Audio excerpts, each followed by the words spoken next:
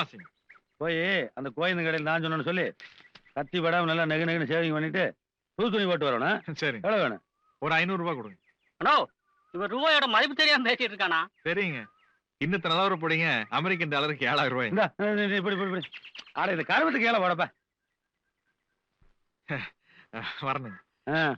அப்புறம் என்ன திடுதிப்பு நம்மளை வேலைக்கு சேர்த்துட்டீங்க? ஆட இப்ப கொஞ்ச நேரத்துக்கு முன்னாடி சொன்னீங்களே வெள்ளக்காரன் பேரெல்லாம், ஆமாங்க, அதெல்லாம் எழுதி கொடுத்துரு. சரி, பொழுதோட மீட்டிங்ல பேசி நான் கைதட்டல் வாங்கிக்கிறேன்.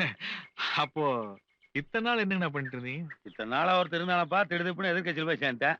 அதுதான் ஒரு வாரமா மீட்டிங்கே போகாம இருக்கிறேன். கூட்டத்திற்கு திரளாக வந்திருக்கின்ற தாய்மார்களே, பெரியோர்களே, விவசாய தொழிலாளர்களே, தொழிற்சங்க தலைவர்களே, எங்கடா உன் மாமனை காணா? அதோ அங்கே நிக்கிறாரே. மக்களுக்கு ஒன்றும் செய்யவில்லை என்று எதிர்கட்சிக்காரர்கள் புரளி பேசுகின்றார்கள். அவனுக்கு கொண்டு போய் கூடப்பா, நீ நல்ல ஆளப்பா. குடிச்சிட்டா ஒழுங்கா பேசு. என்னடி மேடையில பொலன்னு பொலத்து கட்டுவார்னு சொன்ன, அங்க என்னடா சோடா கொடுத்துட்டு இருக்காரு. அது பொது சேவனை எல்லாம் தான் பண்ணணும். எங்க மாமா கௌரவம் எல்லாம் பார்க்க மாட்டாரு. 12,000 டன் சிமெண்ட்டும் ஆகவே அதற்கு செலவாயிருக்கின்றது. கனகவிஜயனின் முடி தரித்து கல்லினை கொண்டு வந்தார் சேரன் மகன். அதே போல் ஆழியாரனை கட்டுவதற்கு கல் கொண்டுவதற்கு நாங்கள் என்ன பாடுபட்டோம் என்று கல் சுமந்த நெஞ்சங்களுக்கு தான் தெரியும். கல் நெஞ்சம் படைத்த எதிர்கட்சிக்காரர்களுக்கு என்ன தெரியும்? கலங்கிய நெஞ்சோடு நான் இங்கே கல்லுக்குள்ளேதான் ஈரம் இருக்கும். நம்ம கட்சி கூட்டம் வரதே பெரிய விஷயம். வந்த கூட்டத்தை கழிச்சு விட்டுலாம் போடுங்க. ஐயோ, இவனை முதல்ல உட்கார சொல்லு. ஐயா, அண்ணன் அவர்கள் பல கூட்டங்களுக்கு செல்ல வேண்டியிருப்பதால் இத்துடன் தனது பேச்சை முடித்துக் கொள்கிறார். தம்பி, உன்னைத்தான் தம்பி அண்ணா அழைக்கின்றேன். கடமை, கண்ணியம், கட்டுப்பாடு, இது தமிழகத்தை காக்கும் தாரக மந்திரம். பொதுவாக தம்பி, மந்திரங்கள் மனிதரை மூடப்பழக்கத்திற்குள் மூழ்கடித்துக் கொண்டிருந்த போது ஒரு இனத்தையே எழுச்சி வர வைத்த ஒப்பற்ற மந்திரம் தான் கடமை, கண்ணியம், கட்டுப்பாடு, டியூட்டி, டிக்னிட்டி அண்ட் டிசிப்ளின். கொஞ்சம் எல்லாரும் மாதிரி பேசுவீங்க. வெங்காயம் எல்லாரும் கோயிலுக்கு போய் மொட்டை அடிக்கிறானுங்க. எவனுமே கடவுள் மேலுக்கு நம்பிக்கையில மொட்டை அடிக்கிறது இல்ல. மறுபடியும் தலையில முடி முளைக்கின்ற நம்பிக்கையில் தான் மொட்டை அடிக்கிறானுங்க.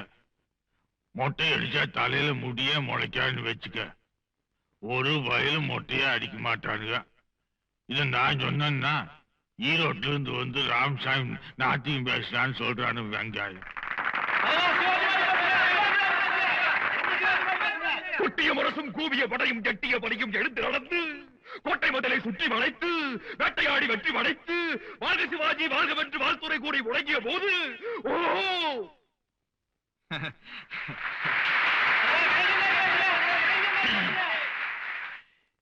என் உயிரிலும் மேலான அன்பு உடன்பிறப்புகளே வணக்கம். தமிழ் வாழ்வுக்கு மூன்றெழுத்து, அந்த வாழ்வின் அடிப்படையாம் அன்பு மூன்றெழுத்து, அந்த அன்பிற்கு துணை இருக்கும் அறிவு மூன்றெழுத்து, அறிவார்ந்தோர் இடையில் எழும் காதல் மூன்றெழுத்து, காதலர்கள் போற்றுகின்ற கடும் வீரமோ மூன்றெழுத்து, வீரம் விளைகின்ற களம் மூன்றெழுத்து, களம் சென்று காணுகின்ற வெற்றி மூன்றெழுத்து, அந்த வெற்றிக்கு நவையெல்லாம் ஊக்குவிக்கும் அமைதி மிக அண்ணா மூன்றெழுத்து.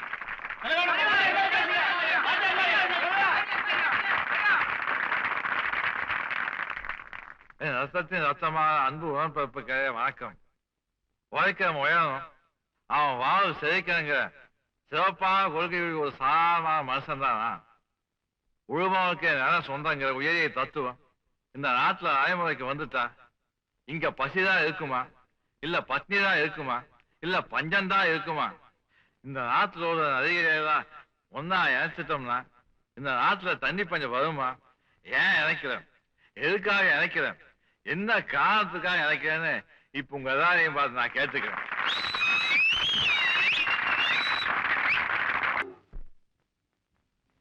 மரியாதைக்குரிய கூட்டத்தின் தலைவர் அவர்களே, மஞ்சளாடை அணிந்து வந்திருக்கிற மகளிர் அணி செல்வங்களே, வெள்ளையாடை அணிந்து வந்திருக்கிற இளைஞரணியின் சிங்கங்களே, இடையூறு செய்வதற்காகவே கட்சியின் இடையிலே முளைத்திருக்கிற காளான்களே, வான் அளவு எவ்வளவோ அவ்வளவு தியாகங்கள் செய்தவன் நான். கடல் அளவு எவ்வளவோ அவ்வளவு அறிவாற்றல் நிறைந்தவன் நான். மலை அளவு எவ்வளவு பாரு, உன் தியாகத்தை பத்தி நாங்க கேட்கல. உன் பேச்ச அவ்வளவு நேரம் கேட்டுக்கிட்டு இருக்கும் பாரு, அதான் நாங்க பண்ற மிகப்பெரிய தியாகம். போய் உட்காரியா, மைக்கு கிடைச்சா முழுங்கிடுவே நீ. இப்படிப்பட்ட அரசியல் நாகரிகம் தெரியாதவர்கள் அதிகமாகிவிட்ட காரணத்தால் தான் உலக அரங்கில் நமது கட்சியினுடைய மதிப்பு குறைந்து விட்டது என்பதை மைக்கா பண்ற. எதுக்கு நானும்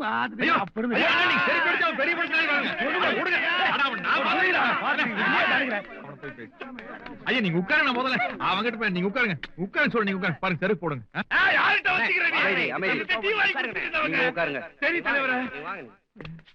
இயக்க முன்னணி தோழர்களே, தியாகம் என்பது மதிக்கத்தக்கது, வெற்றி ஒன்றே ஜனநாயகத்தில் கணிக்கத்தக்கது. ஆகவே இந்த தேர்தலில் நமது கட்சியின் மூத்த உறுப்பினரான திரு மணிமாறன் அவர்களை சட்டமன்ற வேட்பாளராக நிறுத்த வேண்டுமா வேண்டாமா என்பதை நீங்களே முடிவு செய்யுங்கள். சொல்லுங்க தலைவரே, எனக்கு அவருக்கும் தனிப்பட்ட முறையில எந்த விதமான காழ்ப்புணர்ச்சி கிடையாது. எனக்கு புரியுது. நமக்கு கட்சி தாங்க முக்கியம். என்ன அர்த்தமெல்லாம் பேசிட்டீங்க? எனக்கு சீட்டு கொடுக்காம நீங்க எலெக்ஷன் நடத்துறது ஒண்ணுதான், கட்சிக்கு எல்லாம் பண்றது ஒண்ணுதான். உங்களை தான் பொதுக்குள்ள வேணும்னு சொல்லிட்டாங்களே. பேசுக்குள்ள தவறு தலைவலாம் கூட்டு வந்து பொதுக்குள்ள என்ன அர்த்தம்? உங்களுக்கு சீட்டு கிடையாது. முதல்ல கட்சிக்கு முக்கியத்துவம் கொடுங்க. சீட்டு அள்ளிட்டு அப்புறம் என்ன கட்சி மயக்க அவரா நீ? நான் சுயாட்சி ஜெயிச்சு காட்டுறேன். என்ன பண்ணுவீங்க நீங்க? அவன் கூட போய் நீங்க நிக்கிறதாங்க. உங்க செருப்பு நிக்க வைங்க, அது ஜெயிக்க. செருப்பு அப்படியே நிறுத்துற அர்த்தமெல்லாம் பேசுறீங்க. எவனாச்சும் உங்க முன்னாடி கையை கட்டிட்டே விசுவாசமா அலைவான் இல்லங்க, அவன் நிக்க வைங்க. எங்கிட்ட யாரு கையை கட்டிட்டு இருந்தா? ராமசாமி இருந்தா அவங்க நாமளே வெட்டி போட்டோம். அவன் சரிப்பட்டு வராதுங்க. அப்புறம் இந்த சந்திரசேகருங்க. அமாவாசை நீ வேண்டாங்க. நீ நில்லையா? நீ நில்லையா? பேச நீ பேச அம்மாவாசையை சுயாட்சியா நிக்க வச்சு நான் ஜெயிக்க வச்சு காட்டுறேன். காட்டுறேன். போன எலெக்ஷன் நான் ஜெயிச்சேன். 50 ஏக்கரா பூமி இருக்குது, மரம் கிடைக்குது, தவிட்டு கிடைக்குது, எல்லாத்தையும் வித்து இவனை நான் ஜெயிக்க வச்சு காட்டுறேன்.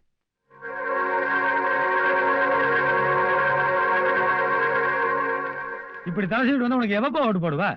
அடையாளமே தெரியல, ஒருத்தி ஓட்டு போட மாட்டான். நல்லா எண்ணெய் பூசி தூக்கி வரணும், புரியுதா? என்ன இந்திக்கார மாதிரி ஜிப்பா பேண்ட் நீங்க நல்ல வெள்ள விளையாடு கதர்ல போடணும்.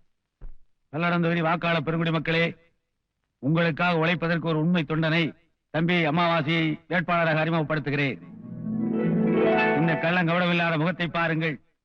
பொதுவாழில் ஈடுபட வேண்டும் என்பதற்காகவே தான் நடாத்தி வந்த அல்வா கடையை அனாதை இல்லத்திற்கு எழுதி வைத்துவிட்டு அரசியலுக்கு வந்தவர் தம்பி அமாவாசை. கும்பிடு. இப்படிப்பட்ட ஒத்தவர்கள் தான் இந்த தேசத்திற்கு ஒரு வெளிச்சத்தை உண்டாக்க முடியும் என்பதனால் நாங்கள் வேட்புமனு தாக்கல் செய்ய. ஓட்டு உனக்கு போறாங்களா எனக்கு போறாங்களா? சொல்லு. உங்களுக்கு அப்ப நீ எது கையாடுற? அதிக பிரச்சனை பண்ணாது. ஆகவே ஒரே புறா கொரகாட தொங்கிட்டு இருக்க. வேட்பாளர் கொஞ்சம் நில்லுங்க. நான் கேண்டிடேட் மனு தாக்கல் செய்ய வந்திருக்கேன். ஏன் உள்ள விட மாட்டேங்கிறீங்க? சுயேட்சை வேட்பாளர் மனு தாக்கல் செஞ்சுட்டு இருக்காரு. அது முடிஞ்சதுக்கு அப்புறம் போகலாம். யாரு? மைக்கு செட்டு மணிமாறன் வந்திருக்கானா?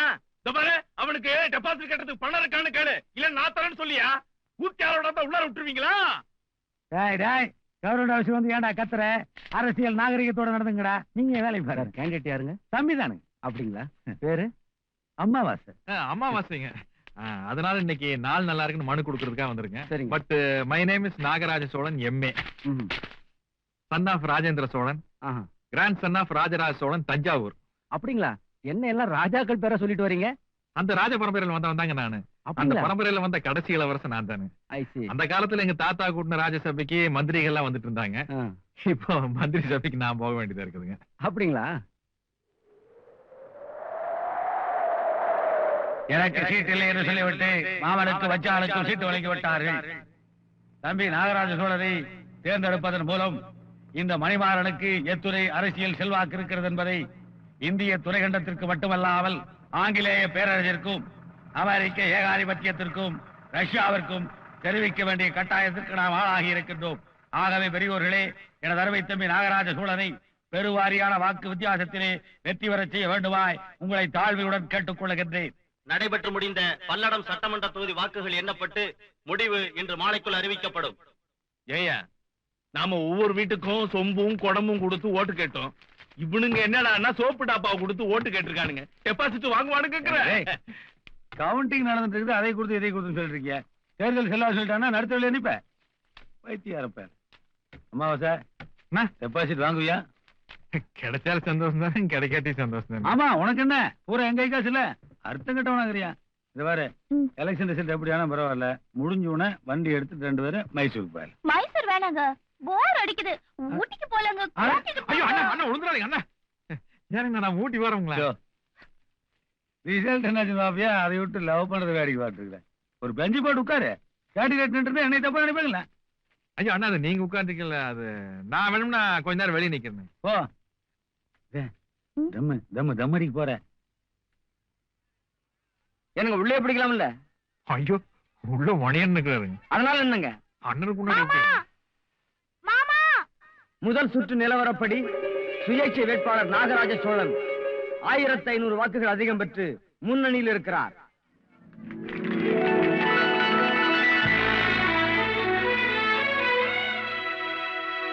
என்னப்பா 1500 ஓட்டுல இடிக்கிறாங்க?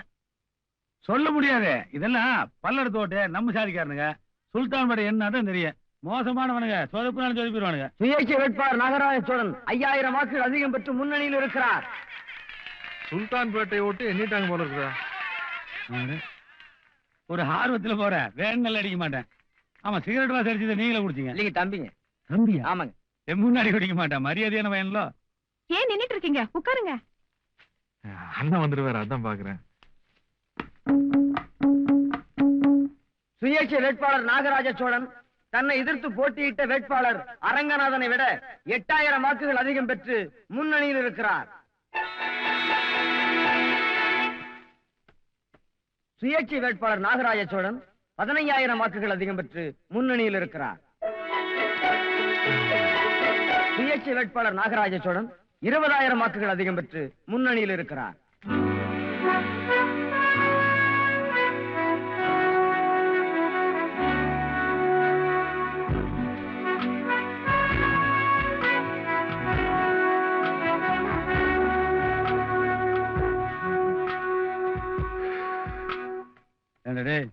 டெபாசிட்டா வரும் போல இருக்குது, அப்புறம் உட்காந்துருக்கேன்.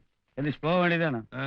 என் சொந்த ஊரு பொட்டியை உடைக்கிட்டோம், நீங்க எகிர்றீங்களா இல்லையான்னு பாத்துருவோம். உங்க ஊர்ல தானே நாங்க கல்லோட்டா குத்துனோம். கள்ள ஓட்டா? ஏனப்பா பாவிங்க. அமாவாசை, அது என்ன 25000 லீடிங்கிறானுங்க, என்னால நம்பவே முடியலையப்பா. எப்ப சரி அண்ணீங்களா? ஏப்பா அமாவாசை, உங்ககிட்ட தான் பேசிட்டு இருக்க. என்னங்க மணி? மணி என்னப்பா பேர் சொல்லி கூப்பிடுற? அப்புறம் மணிதான் உங்க பேரு? சுயேட்சை வேட்பாளர் நாகராஜ சோழன் 35000 வாக்குகள் அதிகம் பெற்று முன்னணியில் இருக்கிறார்.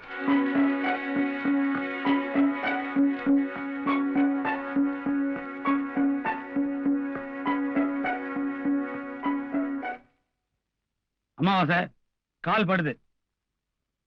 முட்டுதுங்களா? அத்தனை இடம் இருக்கிறதுல கொஞ்சம் தள்ளி நிக்கலாம்ல, மேல வந்து ஏறுனா. ஏன் அமாவாசை, நீ தான் பேசுறியா? நாகராஜ சோழன் எம்ஏ, சோழர் பரம்பரையில் ஒரு எம்எல்ஏ. அட, லீடிங் ஜாஸ்தி, அதுக்காக ஏன் ஆள் மலையா கை போடுற? அது கையாட்டினா மேல தொட மேல முட்டிருச்சு. கை எடுக்கணுமா? இருக்கட்டும் இருக்கட்டும். இருக்கட்டும் மாமா. ஊட்டிக்கு தனியா தான் போகணும் போல இருக்குதா? நாகராஜ சோழன் 50000 வாக்குகள் அதிகம் பெற்று வெற்றி பெற்றிருக்கிறார்.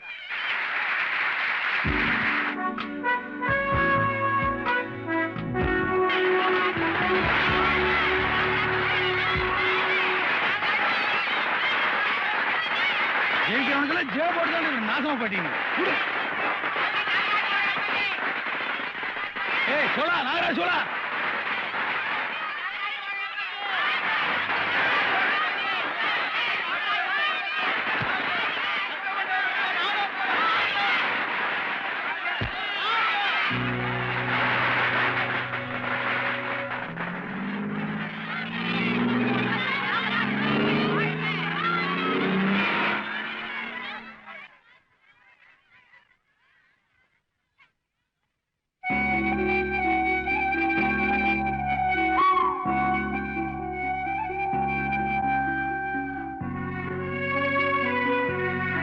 பாத்தியாடி, நான் அப்பவே சொன்னேன்ல அந்த ஆளை நம்பாதேன்னு. கேட்டியா? பேச வேண்டாம், முகத்தையாவது பாக்கலாம்ல. அப்படியெல்லாம் இருக்காதுடி, கூட்டம் மாலை எல்லாம் போட்டு அவர் முகத்தை மறைச்சிருப்பாங்க. நீ வேணா பாரு, சாயந்தரம் நிச்சயம் அவர் வந்து என்ன பாப்பாரு. விவசாய பெருங்குடி மக்களும், ஆசிரிய பெருந்தைகளும், பாட்டாளி தோழர்களும், கைவண்டி எழுப்போரும், கஷ்டப்படுவோரும், கைத்தறி நெசவாளர்களும் பெருவாரியான வாக்களித்து தம்பி நாகராஜ சோழனை வெற்றி பெற வைத்தார்கள். இந்த மணிமாறனுடைய ஆதரவு பெற்ற ஒரே காரணத்தினால். ஓய் தம்பி, எதுக்கு அதெல்லாம் பேசுற? வேற ஏதாச்சும் பேசு. சரி. எந்த நாயனுடைய ஆதரவும் இல்லாமல் அமோகமாக வெற்றி பெற்று விட்டார்கள்.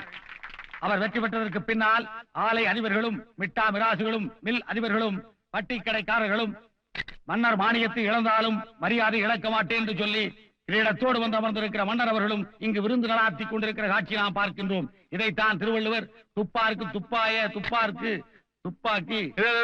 வரலன்னா விட்டுரு. ஏன்பா எல்லாரும் பாட்டிலேயே பார்த்துக்கிறேன், நீ பேசுறது யாருமே கவனிக்கல. இதனாலதான் உன்னை எந்த கட்சியிலுமே சேர்த்துக்கிறது இல்ல. ஆமா, இது என்னது? இப்போ நான் எலெக்ஷன்ல ஜெயிச்சவன், எனக்கே மீசை இல்ல. சீட்டே கிடைக்காத உனக்கு இருக்கு மீசை. ஐயோ, தாடி மீசையில எடுத்து என்னை பார்க்க சகிக்காதப்பா. இப்ப மட்டும் எப்படி இருக்குது? சரி, இப்போ கல்லு குடிச்சா எப்படி வாய் துடைப்ப? இனிமே எப்படியா இருக்குது? சரி தம்பி, ஒரு சின்ன கரெக்ஷன். இனிமே நம்மளை அண்ணான்னு கூப்பிடு. சரிங்கண்ணா. பாட்டில் ஓடிட்டுங்களா? ஓட புல்ல நீ புல்ல ஏத்திக்காத. நம்ம நீதான் கைத்தாங்களை கூப்பிட்டு போகணும். சரி. நம்ம ஜாதி சனத்துல ஜெயிச்சு சட்டசபையில கலக்கிறேன்னா அது நமக்கு தான் பெருமை. அவர் என்ன சாதாரண வம்சங்களா? நாடாண்ட சோழ வம்சங்க. அவர் முன்னாடி நிக்கிறதுக்கே கை காலெல்லாம் கூசுதுங்க. அது ராஜவம்சத்துக்கே உண்டான கலைடா. அந்த காலத்துல தஞ்சாவூருக்கு நான் வேட்டையாட போவேன். அப்ப அவங்க தாத்தாவை நான் தான் பிக்கப் பண்ணிக்குவேன். அப்ப தம்பி பார்த்தா ஆப் ராயர் போட்டுட்டு உன்னை ராசவம்சம்னே நம்பிட்டானுதோ. அரண்மனைக்கு போயிருப்பா, பையனை பார்த்திருப்பா. ஆனா அந்த பையன் நானுல ஒரிஜினலா இருந்திருக்கு. மடக்கிடுவோமா? என்ன மடக்கிறது? ஏப்பா, நீ தானே சொன்ன உன்னுடைய வாழ்க்கையின் லட்சியமா அந்த அரண்மனை அடையிறதுன்னு. வாங்கி தரேன். இப்பதான் எம்எல்ஏ ஆகுற, என்ன லஞ்சம் கஞ்சம் எல்லாம் வாங்கல. பொண்ணை கேட்போம். பொண்ணா? சீதனமா அரண்மனை கேட்போம். கொடுப்பானா? முயற்சி பண்ணி பார்ப்போம். ஆனா நாம முடிய கட்டி மலைகளுக்கு போறோம். வந்தா மலை, போன முடிதானே போக போகுது. கை காசுன்னா நஷ்டம். சரி, தப்பா இருக்குதுன்னு நினைச்சுக்க போற. மப்புல கேட்கற மாதிரி கேளு. அப்பா, நிஜமாலுமே மப்பு தான். 8வது ரவுண்டு போயிட்டு இருக்குது.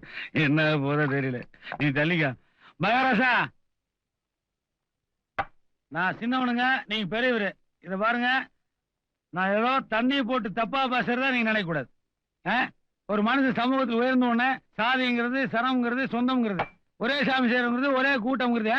தேர்தல் நிதி வசூல் பண்றதுக்கு உங்க அரண்மனை வாசல் வந்து நின்னோம்ல, அப்ப வெளியிலேயே நிறுத்தி, நீ சும்மா வெளியிலேயே நிறுத்தி 300 ரூபாய் கொடுத்தீங்க. வசலாங்கிறது கூட பத்தல. இப்ப என்னமோ பேசுறீங்க சும்மா. சரி, இத்தனை பேர் இந்த ஊருக்குள்ள நாகராஜ சோழனுக்கு சாதிங்கிறீங்க, சரம்ங்கிறீங்க. யாராவது ஒருத்தர் இவருக்கு பொண்ணு கொடுப்பீங்களா? குறிப்பா மகாராஜா கொடுப்பாரையா? பொண்ணு கொடுப்பாரு கேட்டு சொல்லியா? எப்படி? நல்லா ஆக்ரோஷமா பேசினேன். ஆனா அங்க இருந்து ஒண்ணு எப்படியே காணாம ஊத்திக்கிட்டு ஊத்தி குடுறா. இன்னொரு பேக் போடு, நல்லா ஊத்து. கொடுத்தாவது யோசிங்க சாமி. ரொம்ப யோசிக்கிறாரா? பொண்ணு கொடுத்தாலும் கொடுத்துருவாரு போல இருக்கு. பொண்ணு கொடுக்கறதுல எனக்கு பரிபூர்ண சம்மதம். ஆனா அவளுக்கு செவ்வாய் தோஷம், கொஞ்சம் வயசு ஜாஸ்தி. அது பரவாயில்ல. சட்டசபை கூட்டத்துக்கு மெட்ராஸ் போவோம்ல, அப்ப எம்எல்ஏ ஹாஸ்டலுக்கு ஏத்தாப்படி ஒரு சின்ன வீடு வச்சுக்கலாம். அப்ப தாயமா? போட. அது யாருப்பா தாயமா? அது ஒண்ணு இல்லைங்க. அவன் தாயினால அம்மானாலும் ஒரே அர்த்தமானு கேக்குறானுங்க. எப்படி அவனுக்கு பழக்கம் இல்லைங்க, ஜாஸ்தி ஆயிடுச்சு. அப்புறம் ஊர் ஜனங்களே, பெரியோர்களே, மதிப்பிற்குரிய மகாராஜா அவர்கள் அவருடைய மகள் சிவகாமியை அண்ணன் நாகராஜ சோழன் எம்எல்ஏ அவர்களுக்கு கல்யாணம் செய்து வைக்கிறதா முடிவு செஞ்சுட்டார். கல்யாணம் பண்ணது ஆகி போச்சு. அப்ப நல்லது இடத்துல பேசி முடிவு பண்ணிக்கலாம்ல. இல்லையா பேசுறது? என்ன வேணாலும் கேட்க சொல்லியா? என்ன கேக்குது? எல்லாத்தையும் கேளு. ஐயா, எங்களுக்கு அவ்வளவு பேராசையெல்லாம் கிடையாதுங்க. அந்த பழைய அரண்மனை மட்டும் அண்ணன் பேர்ல நீங்க எழுதி வச்சிட்டீங்கன்னா மறுநாளே கல்யாணம். என்னையா பெரிய அரண்மனை? எனக்குள்ளது ஒரே பொண்ணு, அத்தனை சொத்து மாப்பிளைக்கு தாயா? அந்த பேப்பர் ஐயா, இந்த 5 ரூபா ஸ்டாம்ப் பேப்பர்ல ஒரு கையெழுத்து. நம்பிக்கை இல்லையா? இல்லைங்க, 6 மணிக்கு மேல நாங்க யார்கிட்டும் வாயில பேசுறது இல்லைங்க. ஒரு கையெழுத்து போடுங்க. மனுஷனை நம்புங்கப்பா. கரெக்டுங்க. மனுஷனை நம்புறதா இருந்துன்னா அப்புறம் கவர்மெண்ட்ல இருந்து ஸ்டாம்ப் பேப்பர் அடிக்கிறாங்க. ஒரு கையெழுத்து போடுங்க. நட்ட நடவாள் போட்டு போறாரு, கீழே போட சொல்லுங்க. கீழே போடுங்க. அட கீழே பேப்பர்ல கொஞ்சம் கீழே இறக்கி போடுங்க. போடுங்க. கல்யாணம் முடிஞ்சு நான் அந்த செயினை எனக்கு வாங்கி கொடுத்துருங்க. அப்ப எனக்கு தாங்க. போடி போடி.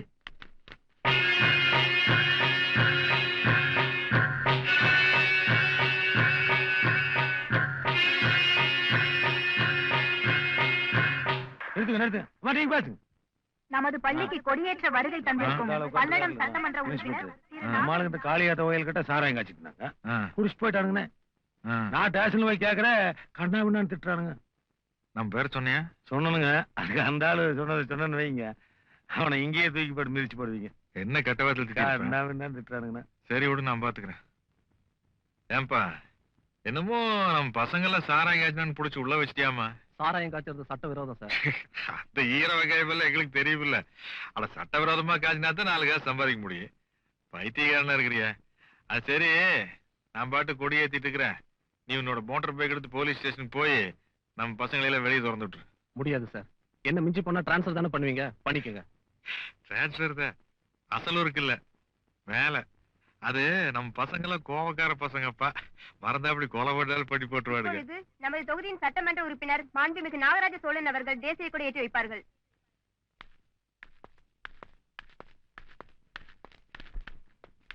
அம்மனி, வணக்கம் சார். பேர் என்ன கண்ணு? குயில்.